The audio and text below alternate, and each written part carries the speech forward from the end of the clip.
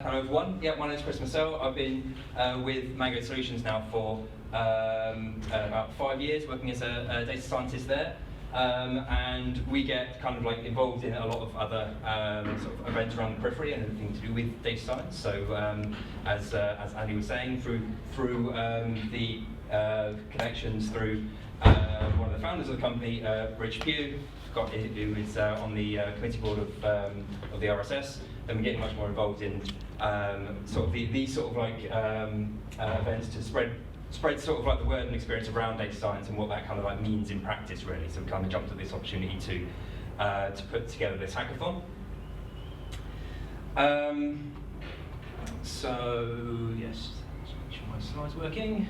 Yes, so so I'm data scientist at Mango Solutions, and we were kind of like thinking, okay, well, if we wanted to help sort of spread the word about sort of data scientists to particularly maybe getting more people from young statisticians involved and what that really means in practice, then we kind of need to provide kind of a welcoming and supportive sort of environment for this to take place in. And so this sort of quite naturally gravitated towards the sort of a talk around having a hackathon, see if that could provide that kind of sort of environment and to impart that kind of like experience.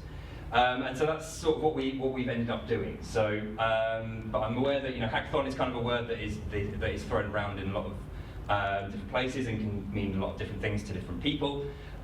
So when I start sort of thinking and talking about a hackathon, I kind of think really primarily about these sort of things. I mean, to me, a hackathon is meant to really be there as kind of like to really empower the community and be a very collaborative, supportive experience.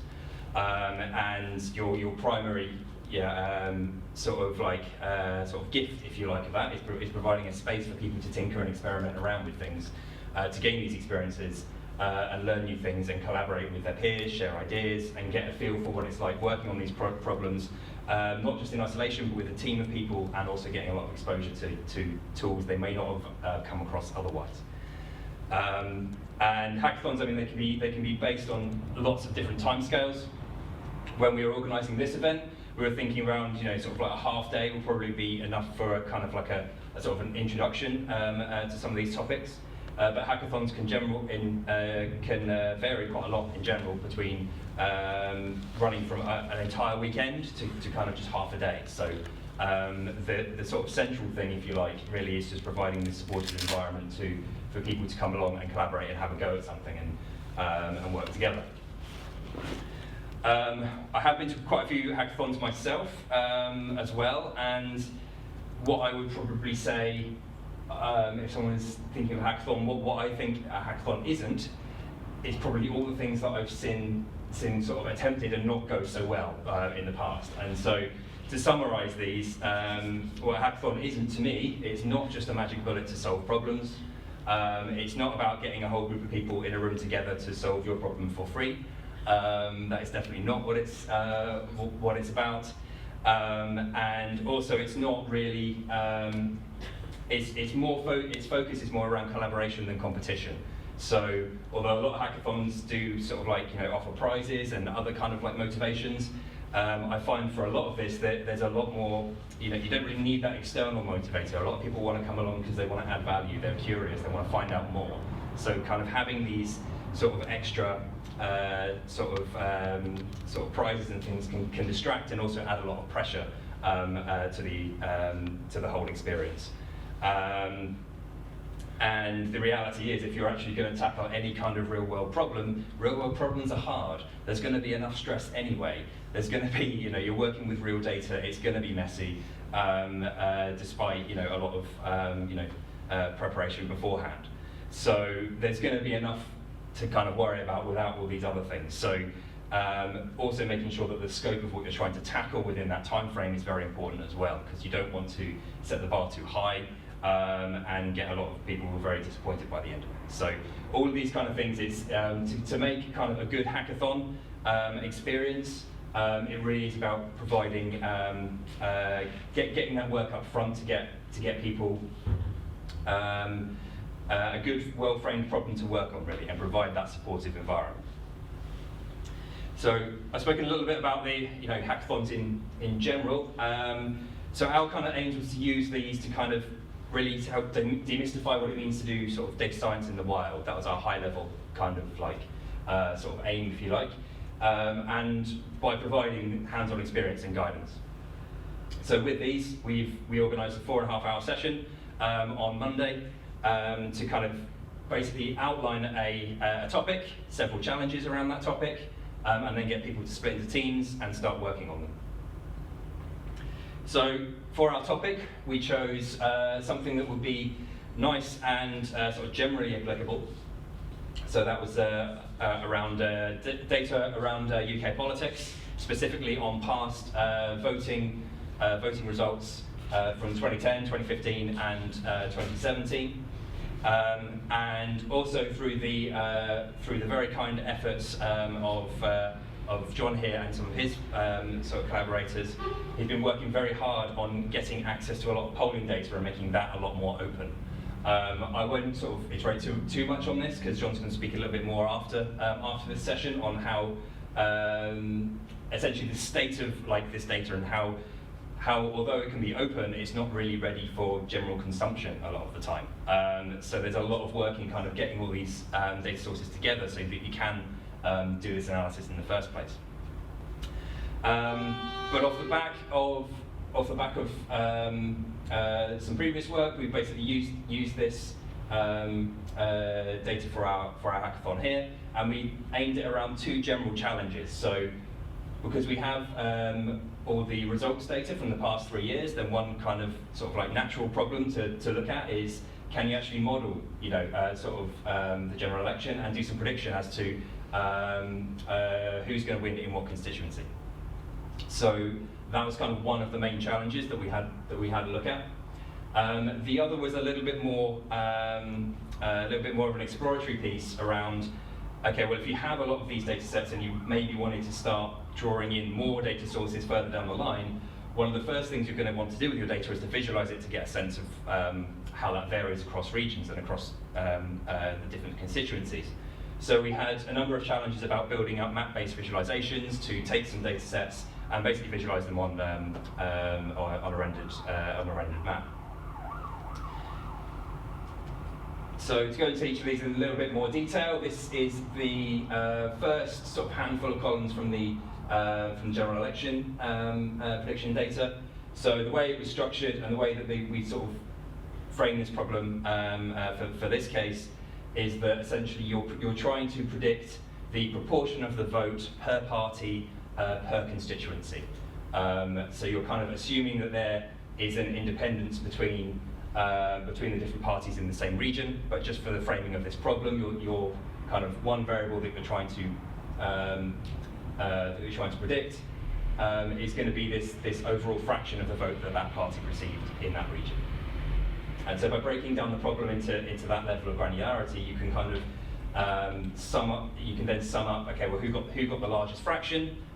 Who then won that seat? And then you can count up the number of seats and work out who won overall. So you've kind of broken down the problem into this,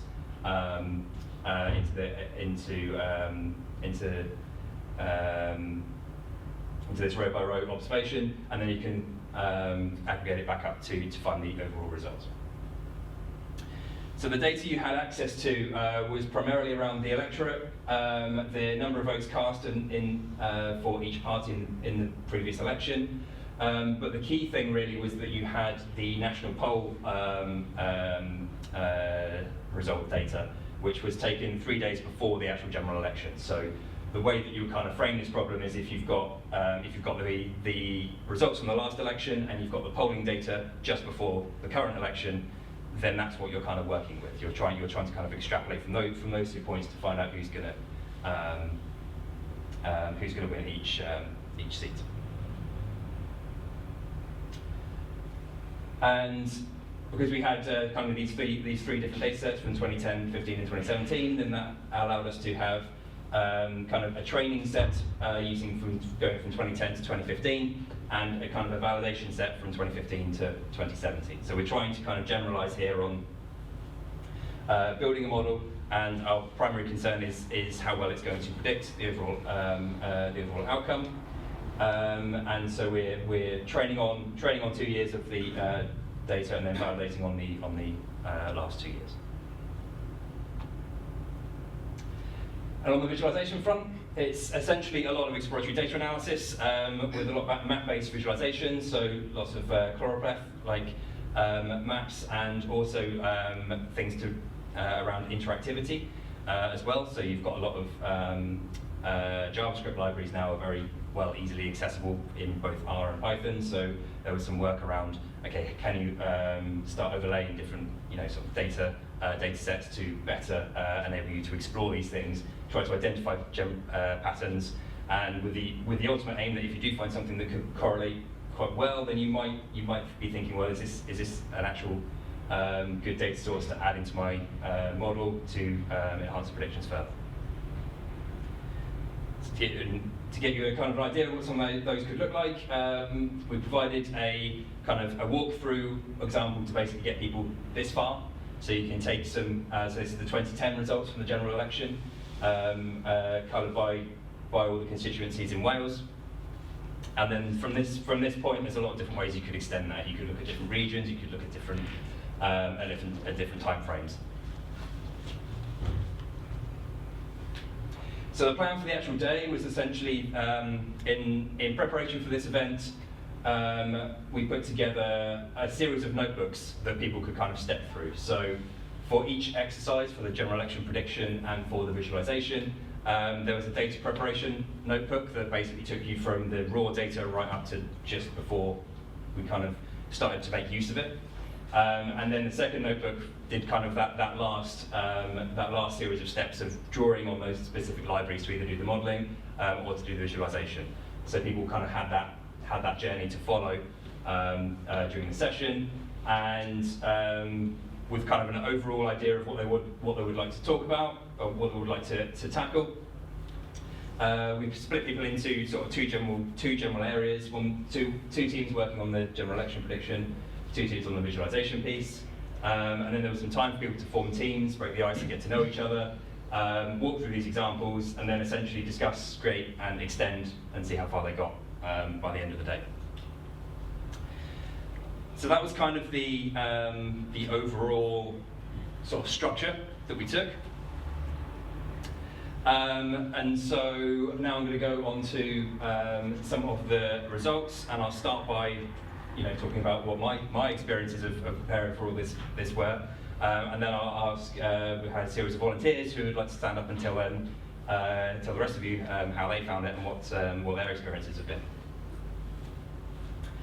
So what I found when I was putting this together, I hadn't done much actual map-based visualization stuff before. So for me, the biggest challenge I found was that there seems to be a number of different ways to define geographic regions and their hierarchies, and it is in no way straightforward. I actually found a document entitled A Beginner's Guide to Geographic Regions in the UK, published by the Office of National Statistics, and it's 230 pages long. And if that's the beginner's guide, I do not want to know, it's this is something that people do and study for a living, looking after all those regions and numbers and things out of your nest, making sure they all match up. And to kind of delve into it enough to just go, well, I've got this idea, I just need to know where it matches, I just need to know the name. That was not a straightforward exercise. And so, just simple things like having a similar name for all the regions. Depending on what database you've looked up the data in, you could have, it could be North Bristol or Bristol North, depending on how people have entered it. There seems to be no canonical one format for just even names of these regions. But added to that, there's all the other complexities of constituencies changing over time. There's things that, there's all manner of stuff that can kind of trip you up going down here. So that was my main kind of like, oh, what have I got myself into kind of moment. But then beyond that, I found that there's so many tools and resources out there as well to kind of help tackle this. So it's just a case of finding the right tool for the job. So there's a number of different libraries, both in R and Python, that you can do for map-based visualizations and map-based projections. And once you get your head around some of the units and understand that northings and eastings are a thing, and that latitude and longitude is another way of doing the same thing, then projections become okay. And then you just need to worry about the actual formats of the files themselves and reading those in, and shape files versus GeoJSON and versus a number of other things. So with all of that, like kind of then under your belt, you can kind of, you'll merrily, you can plot away and do a lot of experimentation.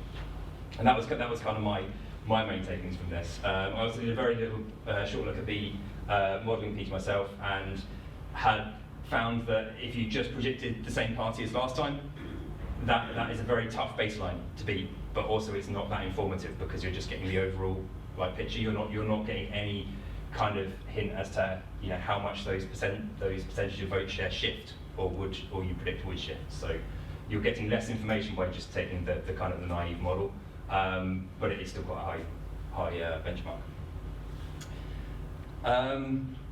So that was on the results side. So I will step back now and let others talk about their experiences around modelling. I'm just going to take you through the work that I did at the hackathon. So I'm going to take you through the approach I took, what I thought my biggest challenge was, and also the lesson that I learned from all of this. So I wanted to get involved with the modeling aspect of the hackathon because I was introduced to this at university, and I recalled a lot of what I was taught. So I just wanted to sort of put my skills in practice and just get hands-on with the data. So the approach that I decided to use to analyze this data was backwards selection to come up with a model. So sorry about that. Just a second. Sorry. Yeah. So basically, backward selection is just a variable selection procedure that you can come across in various statistical packages such as SPSS and R. So for those of you who don't know what backwards selection is basically it's just a way to put all the variables into your model, and then it iteratively removes the less contributive ones, and it stops doing this until you end up with only significant variables in your model. My biggest challenge was that time was limited in the hackathon, so I didn't get to do everything that I wanted to explore. So I ran out of time, so I was able to just get my model at the end of the hackathon, but I didn't get to apply it to the data from 2015 to see what the predictions would look like.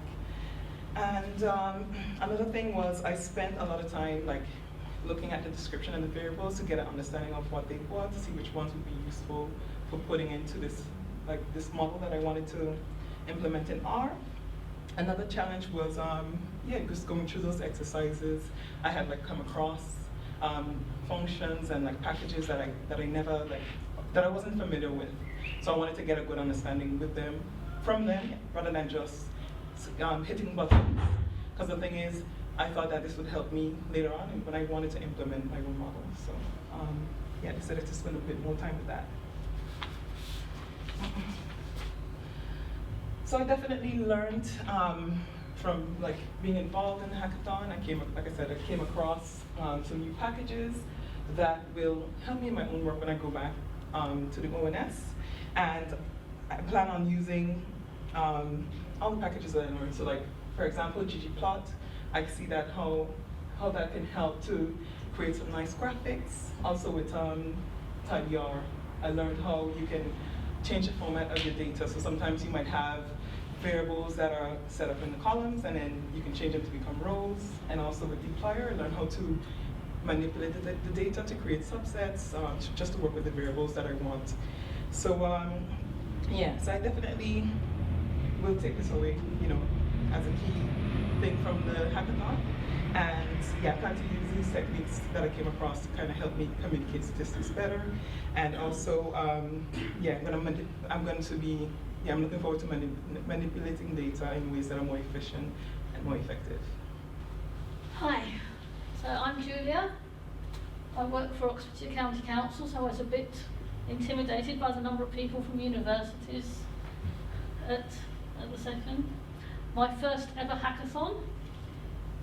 I have to admit, the mad pressurised panic is what I thought of how I felt it went. Add to that confusion, just as I got settled on the table, I had to move because I wanted to do modelling and not the visualisation.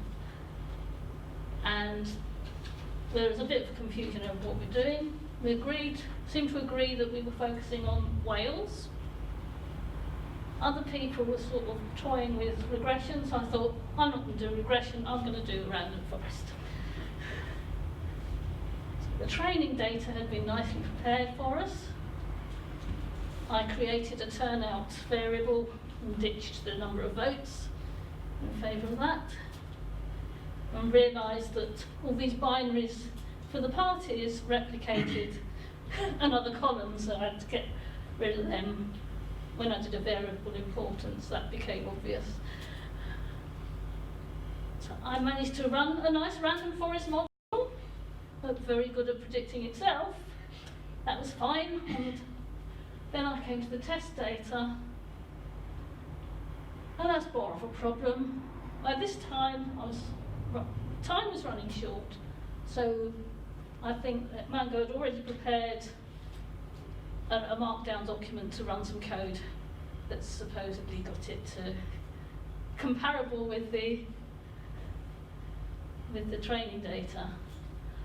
But I successfully ran a prediction, but when I tried to do a confusion matrix the first time, I realised there was a problem that there were no libdems anymore. Damn those libdems, messing it up. So I compensated for that, but I was still getting problems. There's obviously some problem between the test data, the training data, and the newer data that I would have to get back to, but there wasn't time. So I had a model, but I haven't been able to validate it. So what did I learn from that? Didn't really have a domain expert who I could properly discuss the data with that would have got to the bottom of these things before they became an issue. And probably due to time, didn't explore the data properly first, again, to find this out. But despite all that, it was fun, I enjoyed it, I'd do another one. And I will probably, the data sets look quite interesting, so I'll probably have another look at them later on. But I think the key lesson is don't get carried away and forget about the basics. So, as we were told, we had a walkthrough that allowed us to see how you could visualise the data for the winning parties for the 2010 elections in Wales. And I was at a table, we had the idea that we were going to work in Python. And between us, we each realised we'd all decided that we wanted to do a different thing. So we had the idea of if we each worked on our own thing, potentially towards the end, we might be able to bring them together and have done something much more than each of us could have done individually. So I had decided to look at being able to visualise for different areas, so you would be able to have a map and be able to toggle on or off the different layers, so you could have England, Wales, Scotland and Northern Ireland separately. A challenge I found was being able to access data, because while the constituencies' shapes, boundaries were sorted for Wales, we didn't have them for the rest of the UK. And I managed to find a data set which had shape boundaries for 2010, but the names didn't match up, which John very helpfully sorted out for me, matching up the different names. But then we realised in doing that Northern Ireland wasn't in that data set, so I dropped the idea of doing Northern Ireland. And also, I think all of us underestimated how much time it was actually going to take to do any of these things. I feel like if we'd have all worked together on one thing, we would have completed one thing within the time frame. But working separately, I don't think any of us within the time frame actually had originally completed what we aimed to do. But I learned a lot about new packages, but I also learned about the limitations they have. I decided I wanted to have made a graph, so I continued on afterwards and finished the work last night. And then after finishing the graph, within my Jupyter notebook, I had the sudden realization of I have no idea how to get this graph out as an output. So what you'll have next is a lovely screenshot of my graph, because I've discovered that Folium doesn't have any method for outputting the graphs. But here you can see I managed for England to plot the different constituencies, and the colours of, I haven't worked out how to do a legend either, the colours of the each area are actually the colour for that party, because we use the hex codes for each party for their official colour. And as you can tell, in 2010, that was the year that the Conservatives won. And the final group were known as Southwest Viz. Not sure if anyone in the audience today, I think they had other sessions to attend, but they made some nice notes in the docs afterwards, so I can summarise what they were doing. Essentially looking at very similar ideas of kind of looking at the different data sets on one map, but now trying to kind of visualise them over time. So they had the ambition of using some R libraries that I think some of the team were familiar with, the GG Animate, to try and make an animation of these of the data over time, and also plotting these on a hex map using the Parley Tools package in R as well. Some of the challenges they came across, I think very much similar to other groups.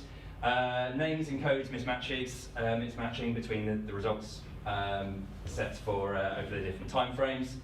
Also, I think they ran into problems with disappearing consistent constituencies. So if you're trying to animate from one frame to the next, you're going to have to actually have that existing somehow, and that becomes very difficult when you want to deal with that graphically. So I think what they've settled on for the output was essentially a still shot version. They did get an animation working right in the last 15 seconds, I think, but we couldn't quite get that kind of exported out to here.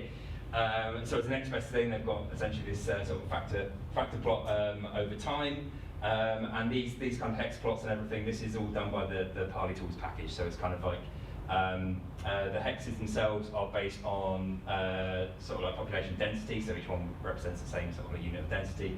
So you can kind of see in contrast to kind of the geographic maps that we saw earlier. You can see much more dense regions like London being a lot more sort of blown out here, and so you can kind of see the representation a little bit more evenly rather than just a sea of blue, which it was before. So I hadn't actually come across this package myself, so I was very sort of keen to find out more about it going forward. I think it looks like you can do a lot of powerful things with it. And yeah, I think some of the other challenges they had, they were looking at trying to do the animation and things, but one of the things with a lot of the interactivity, it's based on other libraries like JavaScript libraries and things under the hood. So you're relying on your high-level wrappers in R or Python being current with the current sort of API of the JavaScript sort of layers, and when the JavaScript stuff advances and goes forward, because that's what libraries do, and that happens very fast in the JavaScript world. Sometimes the wrappers in R or Python don't quite catch up, so they'll be occasionally a little bit couple of steps behind.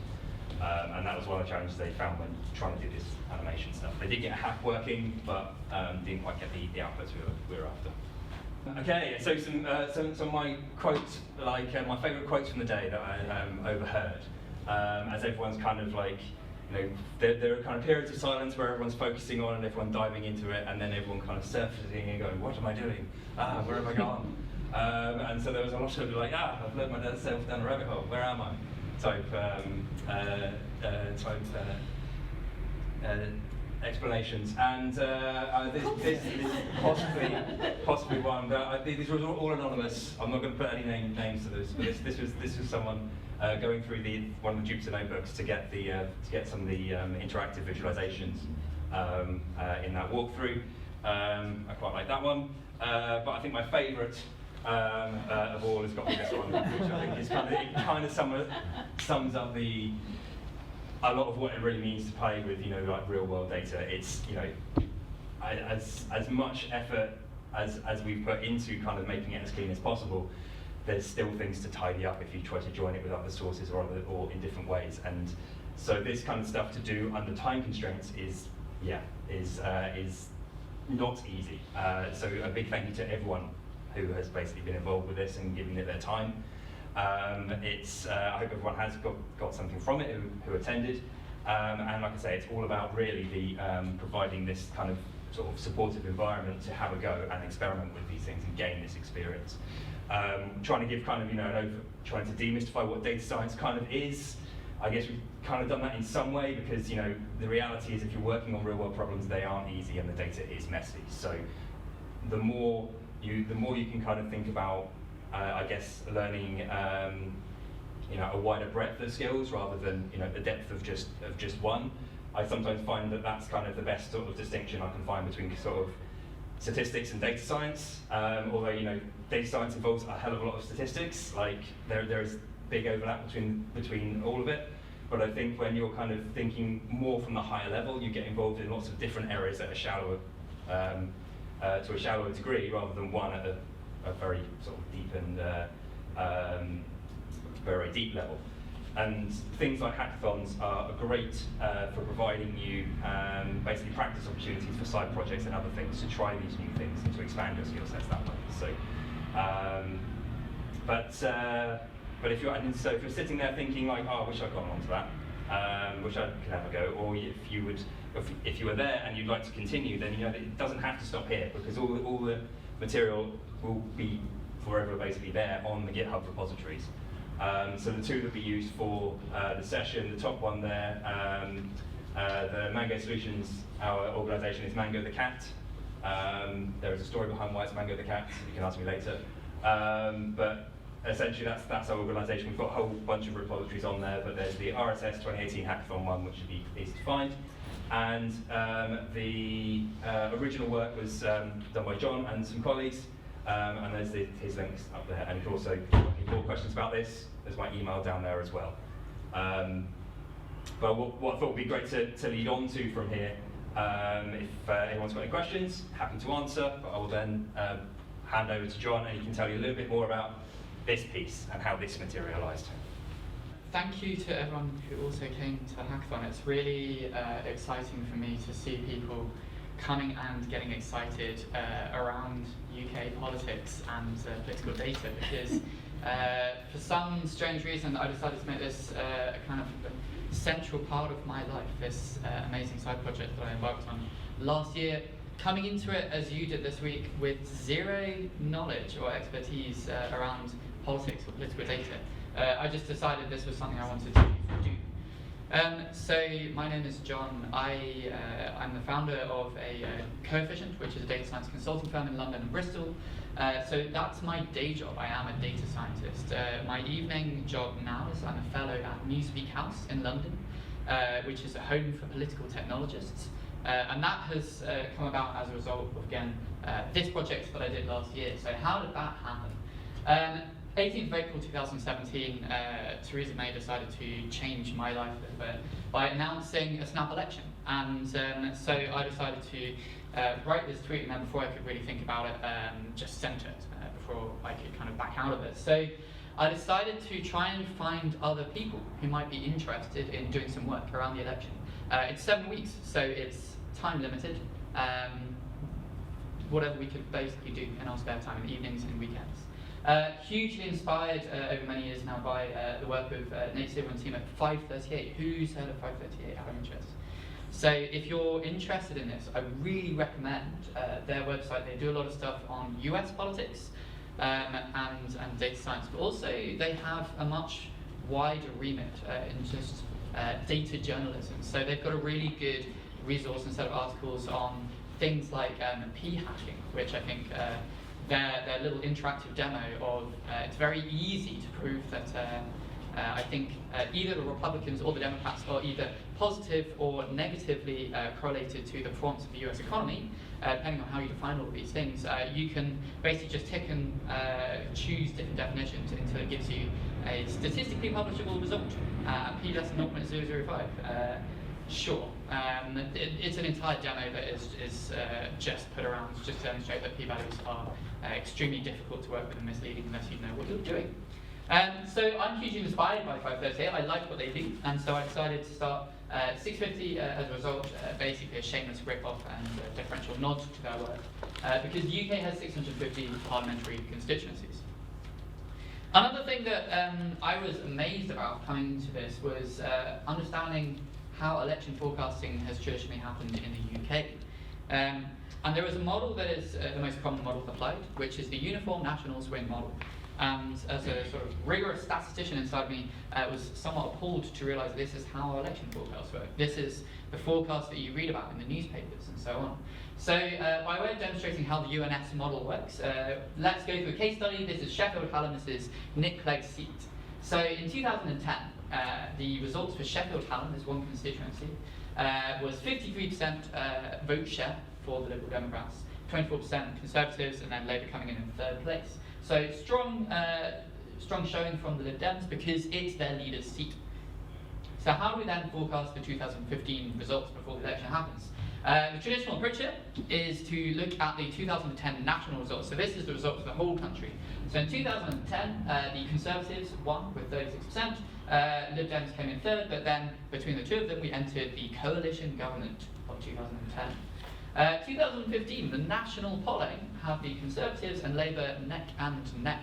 There was a session that I'll be speaking at tomorrow to discuss why the polling agencies in 2015 didn't really cover themselves in glory, and this was wildly wrong. But the way that we were at least assuming, put yourself the night before the election at this point. We don't know what's going to happen, but we can build a forecast. We can say, right, nationally, it looks like in the last 5 years, the Conservatives are dropping 8% vote share nationally. The Labour Party are increasing. This is just a simple uplift. 33% divided by 29% is 13% uplift.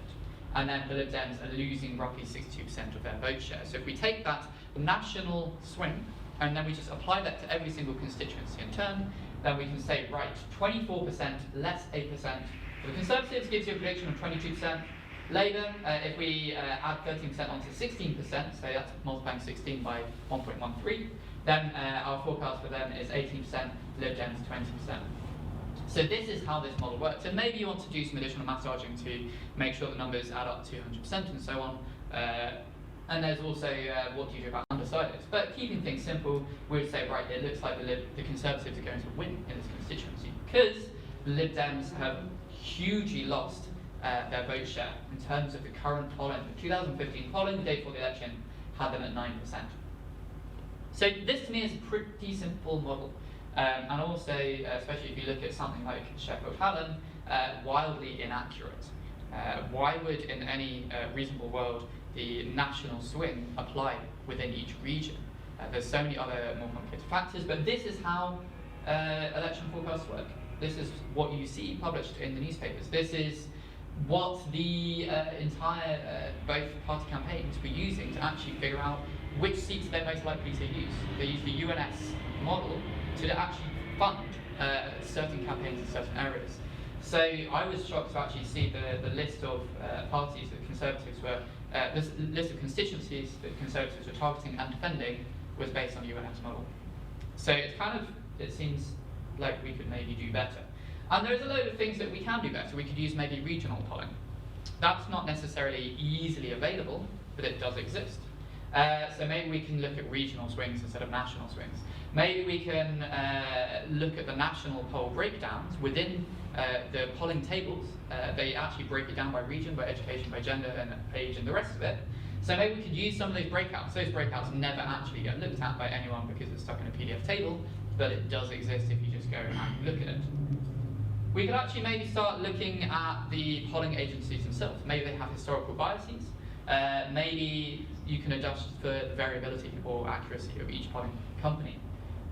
And so there's also, they apply their own weightings and models to go from kind of 30% of people don't know who they vote for or want to vote for. These are the undecided voters. So each polling agency applies its own internal model for adjusting and reweighting to make sure that everything adds up to 100%. So the numbers that we're using are the reweighted versions, but maybe we want to apply our own weighting models to make it more standardized and consistent. So these are all the things that people generally do when they're analyzing polling data and trying to make it more reliable for modeling purposes. But at the end of the day, what you're doing to generate the final forecast is still something like a uniform national swing. So again, my theory is maybe I think there is a better way. We can use more rigorous modern modeling techniques, kind of whether that's more advanced statistical analysis and modeling or sort of data science modeling techniques. We can think about actually cross-validating these things, simulating each election in turn. So let's train on historical data and then see how the model performs on the next election. And then rinse and repeat. Train on 2015, evaluate in 2017. We've got all the historical data, so why not use it? So backtest, evaluate this for its actual predictive accuracy, because the thing that people will always come back to is, well, how do you know that you didn't just get lucky? You built a model using whatever approach, how do you know that it didn't just get lucky or unlucky? And so we should hopefully be able to have a good answer to that if we say, well, actually this model has been trained successfully on historical elections, not knowing the result until we evaluated it. And hopefully that is a better answer than it probably didn't get lucky. We could also look at other data sources. So at the moment we're using just very, very limited data from the elections, the size of the constituency, how many people voted, who won there last time, what was the vote share last time, and polling data. That's all that anybody in the hackathon and myself was able to work with. But there's so many other data. Anything that is effectively time series geospatial data, anything that we can get on a regional or constituency basis over time, we can potentially throw into the model if only we can match it up. Matching things geographically is really hard though. Also understanding what is it that actually drives election outcomes and really kind of going a little bit more scientific and doing that research to figure out what are the data sets we should be looking at. Maybe we should be blending in data sets from news or sentiment or looking at the manifestos. There's a huge piece around potential natural language processing we could do just to understand what are the policies that are being targeted within each election and how does that then drive the election outcomes. Again, a huge amount to do, especially in a 7-week, but this I would expect to improve these kind of models. And then the other thing that I really wanted to make sure that we do is something that no one else in the UK does, which is to make sure that we're talking about this open sourcing all the code, open sourcing all the data we're using, open sourcing the methodology, and generally creating an open discussion around how we can do this kind of thing better. Because as far as I can tell, the politicians certainly have no idea what the public actually wants out of them. So this kind of feels like a good thing to do. So part of this does involve understanding why everybody thinks polls are totally unreliable and inaccurate. So 2015, there was a huge polling disaster. The average forecast for the 2015 election is what you're currently seeing here. Conservatives and Labour neck and neck, both around about 33–34%. What actually happened was it massively underweighted Conservatives, massively overweighted Labour, and everybody was very upset because the polls had apparently misled them. There was a number of reasons for this. There was many reasons that people, including the agencies themselves, put forward. Many reasons that the media conjectured. Some of which are true, some of which are definitely not true. So people talked about shy Tories. When someone phones you up and they say, who are you going to vote for? Apparently, there's this idea that people don't want to actually admit that they're a Tory. This is, there's been some really good analysis and work done on all of these since the British Election Survey has published a brilliant report on the 2015 polling process, and there's been some other good papers that have come out recently over the last year or two. And the shy Tories is definitely a very convenient myth. It's not true. It's been proven to be not true. But it does mean that polling agencies, if they want to try and claim this, they can say, oh, well, we can't do anything about it because people are lying to us. So it's a great excuse, but it's not a true excuse. Lazy Labour was another one that was put forward. This idea that Labour voters, fundamentally, they say, yes, I'm going to vote Labour, and then they actually don't go and vote Labour on the day. So yeah, you're a Labour supporter if you don't go and vote. This is partially true. So this is also something that's been now accounted for in the 2017 polling all of the agencies revised their methodologies to try and filter out anyone that probably wasn't going to actually go and vote. So they now ask questions like, what's your likelihood of going and voting in June? And anybody that says anything less than 9 or 10 in terms of your chance of going, so even if you say 8, you're not going to be counted into their data now. So only people who are very, very likely to go out and vote are going to now be included in polling. So there's been some methodological adjustments to control for this kind of thing, because Labour voters are a little bit lazy, but also it's not entirely true. But it's something. This is definitely true. So this is the historical performance and predictions for polls for Conservatives and for Labour over the last 6 elections. And what this suggests to you is polls are, well, since 1992, they've underestimated the Conservative vote in every single one of these elections except one. So polls have historically been somewhat biased towards Labour. And this is one of those things that maybe we can adjust for if we know what to look for, but also polling agencies change their methodology not only year to year, but from week to week. One of the things they've had to do since 2015 is they had to say what their methodology is on the first page of the poll when they release the polling tables. So this is good, but also it means that I can see exactly what they're changing and that they are changing their methodology every single week, which frustrates me. So maybe there's been historical bias, but that could be entirely eliminated in 2017 and 2018. So it's a tricky one to account for, but maybe that's useful, especially when we're modelling those historical elections. So bias sampling was definitely true in 2015 as before. And then the thing that was also definitely true is this final one, herding. The polling agencies, effectively there was, I think, one agency who had a poll that they conducted just a couple of days before the 2015 election that had the results pretty accurate. It did say that, suggested Conservatives would win with a good majority, and they sat on it. They did not publish this, and they've been crucified since for not publishing a poll because they thought, yes, this doesn't match what any of the other agencies are putting out. So they were suppressing data, good data, because they thought that, well, basically for PR purposes. So this is now not a thing that happens. They're not allowed to do this, should they wish to remain a part of the, I think, the British Polling Council. So all of these reasons in 2015 kind of contributes to this general public perception that surveys and polls are just not really reliable anymore. One survey found that 75% of US households don't trust surveys. Yeah, take that with a pinch of salt. So polling data, it's still the best data set that we have though, for gauging public opinion, especially public opinion on a week-by-week or day-by-day basis. When you're several days out from an election, it's all you've really got to go on rather than the slower moving fundamental data sets like census data and the rest.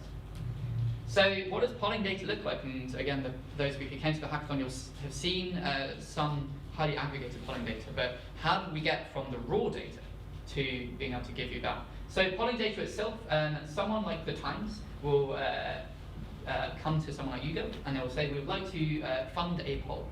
And the Times gets some nice stories out of that, they get a nice front page article, and YouGov gets some paid work. What then happens is they publish polling tables. These are all published. Under what license? I still don't know. If anybody can tell me. I've been asking people for the last year now, and still nobody's been able to come back to me with what license this is published under. So I'm assuming kind of open, because they're releasing it freely and in a somewhat accessible format. But when I say somewhat accessible, this is your data. This is your raw data. This is numbers in a PDF table that you have to sort of align different tables with each other. And there's also about 30 pages of this.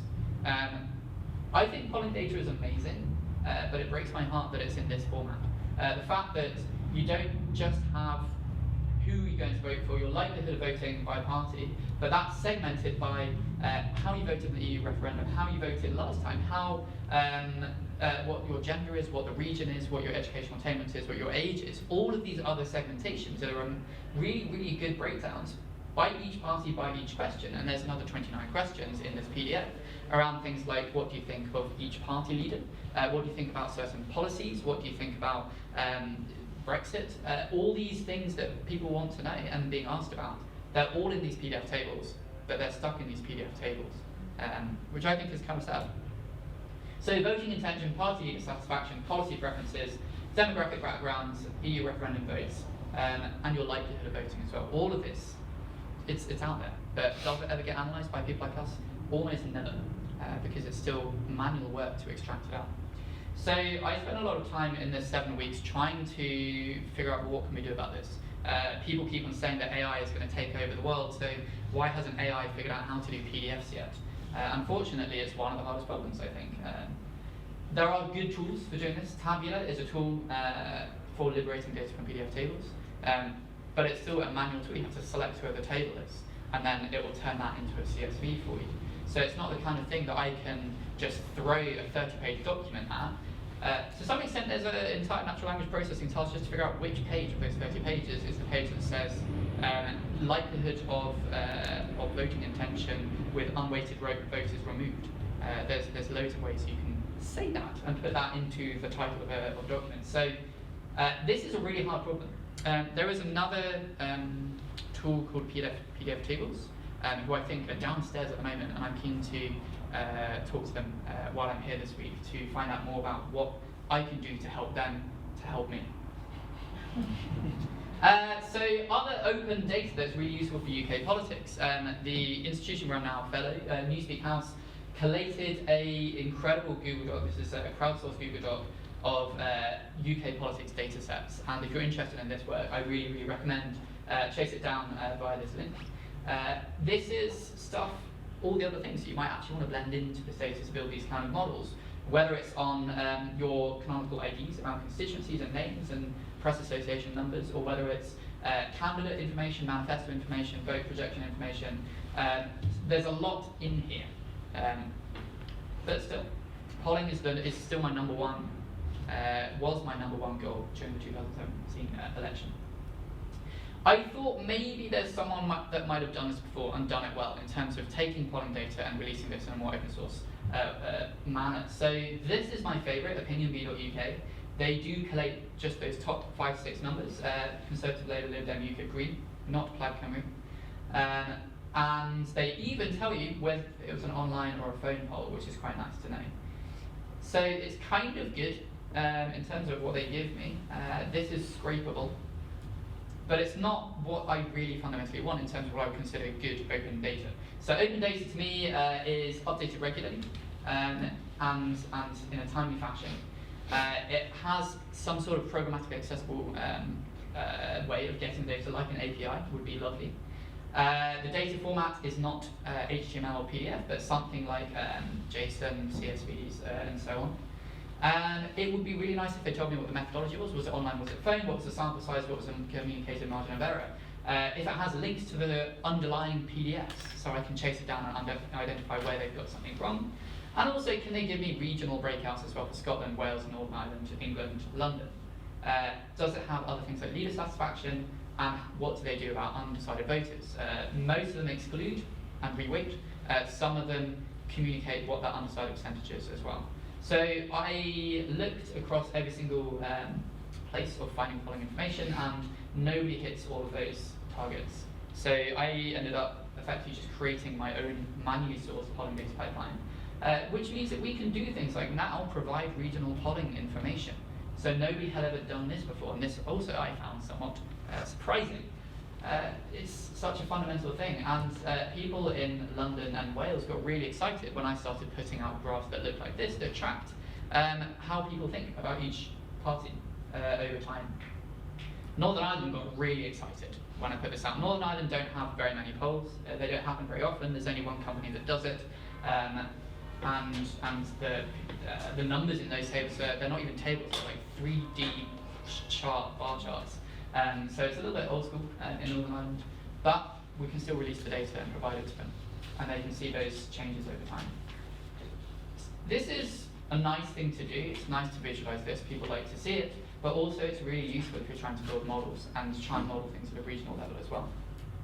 We also did cool things with 650, like building a nice interactive D3 poll tracker for our website, where you can kind of hover over it. This is basically just me crushing a little bit on 538 and their equivalent poll tracker. So I really wanted to make sure we had one of these.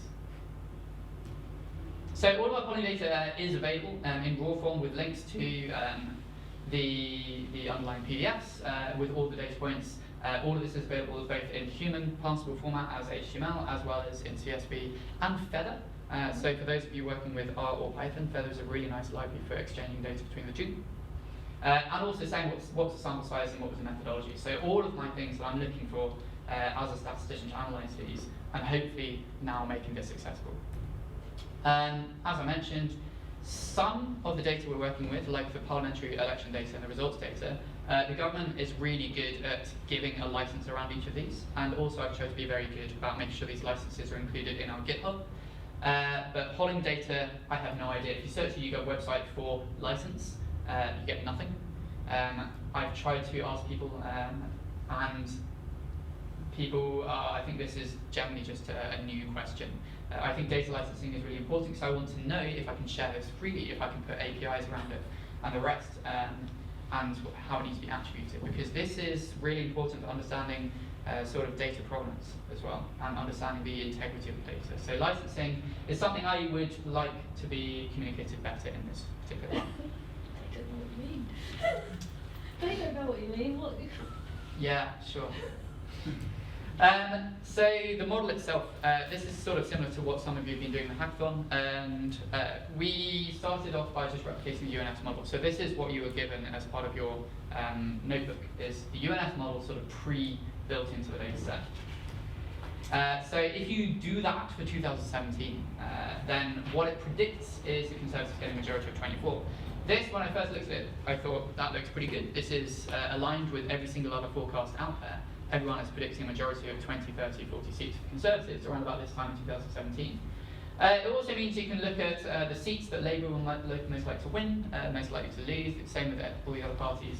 And again, the seats that all the newspapers were talking about as being hot seats, the hotly contested seats. So I was feeling pretty good at this point. I was thinking, okay, well maybe either the UNS forecast is I've definitely built it correctly. I probably don't have any bugs in my code. And also it seems to be aligned with everyone else, but I'm also a little bit worried about that. Either it's a good forecast or everyone else's forecast is bad. That's what I was worried about. I also looked at building a regional UNS forecast, so this is looking at the regional swings, the regional results in 2010 to 2015, the regional upswing from 2015 to 2017 polling. And if you've got a regional model, it feels intuitively like it should be a better model because you're being more specific. And that increased the majority to 34, which puts this particular forecast even more firmly in the centre of all of the other published forecasts at this time. In fact, here is my comparison. This was about a week before the election. So the national UNS model, if you're going to look at this with the sort of the eye of the polling companies that like to herd, you don't want to be too risky, then you would say this looks a little bit too risky. It's right at the bottom of everyone else's polling predictions. The regional model looks a little bit safer. The Lord Ashcroft polls were, which he was doing constituency level polling, gave the Conservatives a majority of 64, all the way up to electoral calculus, elections, exceptional election forecast, who were kind of going from 60, 70, 80 seat majorities for Conservatives. So even still, I was a little bit worried at this point. But this is still just a UNS model, this is not a machine learning model. So I thought, screw it, let's double down on this and do this stuff properly. Interestingly, YouGov was forecasting a entirely hung parliament, and I'll come back and talk about what YouGov was doing in a little bit. So my thinking is, let's build a model that's trained on 2010, predicts 2015, evaluate on 2015, and then repeat for 2015 to 2017. So in terms of that evaluation, this is the 2015 model. These are the kind of numbers that the UNS model gives you. It's 2% mean absolute error on vote share per party per seat.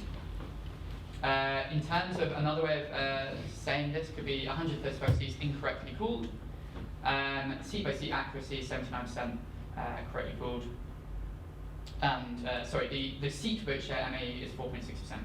So this is just your accuracy over the whole data set. In terms of national vote share, this is per party per seat. And this is the one that I think is probably the most rigorous evaluation metric. The model itself that I built used the same data that everybody had access to in Hackathon. I was only modelling Conservatives, Labour, Libs, MUKIP and Green. So not plaid cymru, because we don't have pollen data for plaid cymru, because nobody cared about plaid cymru until the last few years. Pollen data just didn't exist. So it's hard to build a historical model in 2010-2015 when you don't have any data to do it with. I brought in the UNS as a feature, but only as a feature. We also have things like region, the electorate, party, who won last time, current polling, the swing. But it's not a lot. There's no demographic data in here. There's no census data in here. But still, this is like first pass model, and as you found, it's really hard to do this stuff in a limited time, especially when you're doing this in your evenings in a 7-week period. Here's some of the features and how they correlate. So on a party-by-party basis, there's things that, unsurprisingly, the number of votes you got last time correlates quite well to the number of votes you're going to get this time, and similarly with percentage vote share last time versus this time. So there's definitely a good starting point. It's still not necessarily brilliant data for predicting.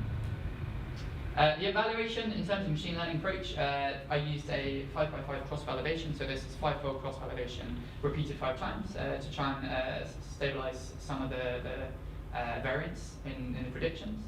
I was just using scikit-learn at this point, so we have a simple linear regression, then some regularized regression techniques. Some ensemble techniques, so the random forest, decision trees, gradient boosted trees, which are a sort of variation on your random forest with a bit of extra boosting going on. And also just funsies, because they just released it in scikit-learn at this point. I threw a neural network at it, and that was terrible. The best model in terms of just defaults was gradient boosted trees. So I took that, tuned it a little bit more, figured out how many trees, what landing rate, ideal maximum depth within each tree. And then at this point, it was about, I think, 7 hours before the election was actually going to happen. So I just put this out as a final prediction.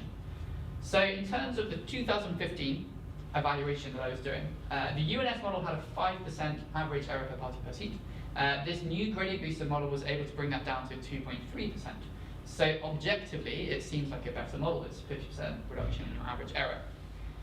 In terms of interpretability, there are some things we can at least say what's a feature important. So how much is it using each of these features?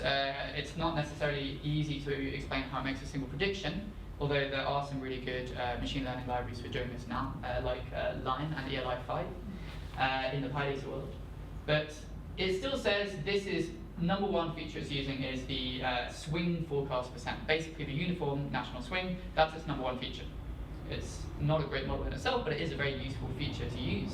Understanding what was percentage for that party in that constituency last time, it's using that quite heavily. How many votes did it get last time, what's the size of the electorate? Again, it's kind of adjusting things a little bit based on all of these.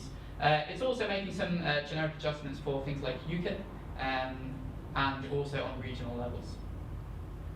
So here was our election night prediction. Majority of 22 was the results from the gradient boosting model. So it's kind of rolled back the UNS a little bit, but still a fairly strong majority compared to what actually happened. YouGov is right at the top there with -24. That's kind of interesting because they were getting destroyed in the press around about this point. The Sun was saying experts have branded YouGov's prediction utter tripe. The rogue poll, which contradicts every other pre-election survey, was described as tried by skeptical experts. So YouGov was not having a good time with this at the moment, predicting that the Tories would lose their majority. What YouGov were doing was something that none of the other agencies have ever done before, including YouGov, which is they hired 4 pretty good data scientists. So Ben Lauderdale from, I think LSE was leading this project for YouGov. And they just had them full-time working building a really good model. And they also funded their own internal surveys. So they had, I think, something like 15, 20,000 people. Polls are usually 1,000 people or so.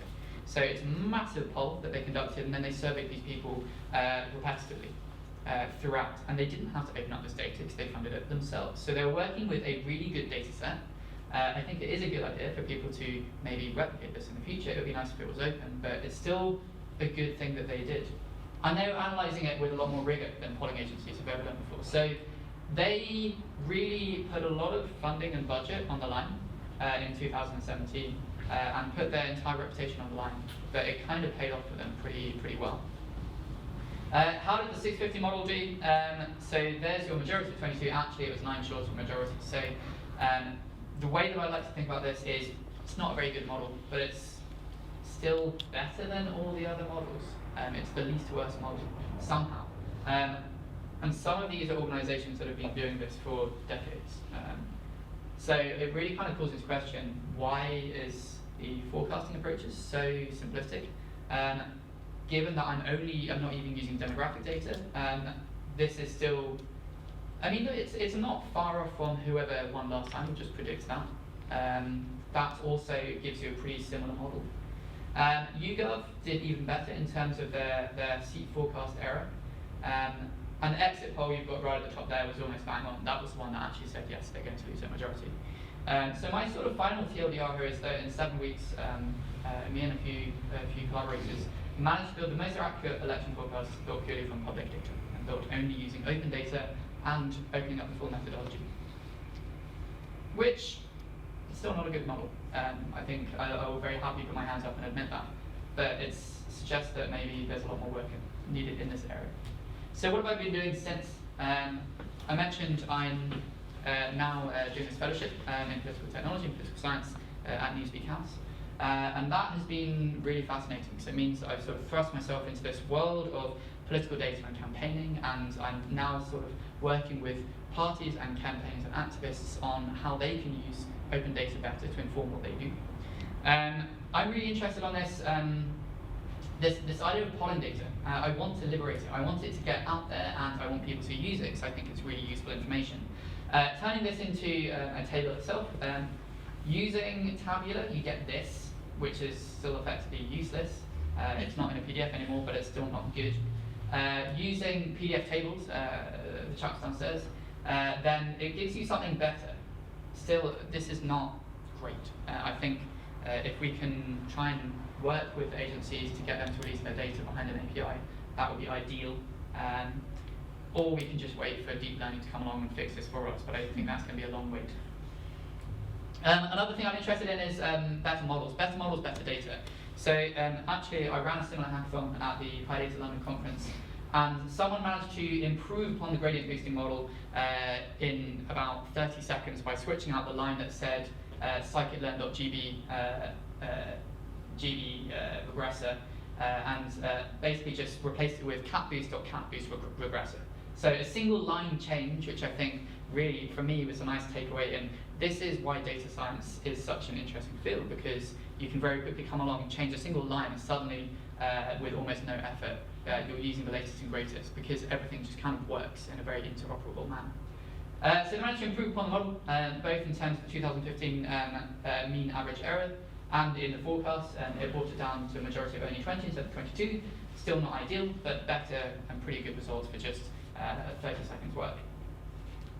Another thing I'm really keen to do is start blending in other open data, so especially the census data. In the election last year, the entire ONS geostatistics portal was defunded and taken offline, and they're bringing that back online now. What that meant is that there was no way to get any of these lookup codes for census districts back to parliamentary constituencies. That was really frustrating. I found some of these lookup codes, again, like the night before the election, on the NHS Camden website. So if anybody knows anyone at the NHS Camden data team, please thank them for me. But it also really highlights this geostatistical data. This could be a lot more open in the UK. So I think there's a lot of work to be done both on the government and GDS and ONS side to figure out how they can make this data more accessible to people, I guess. And then finally, my other big task over the last year has been just engagement. So talking about this work, trying to find other people who might be interested in doing this kind of stuff. And if you are interested, come and get involved with the communities that I work with. There's PyData Cardiff here. So if you are Cardiff based, look at that. There's also our meetups, I think, in Cardiff.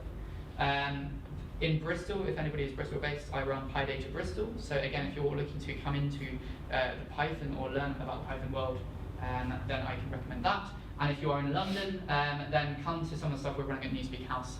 We run a lot of things around sort of open society, data, technology.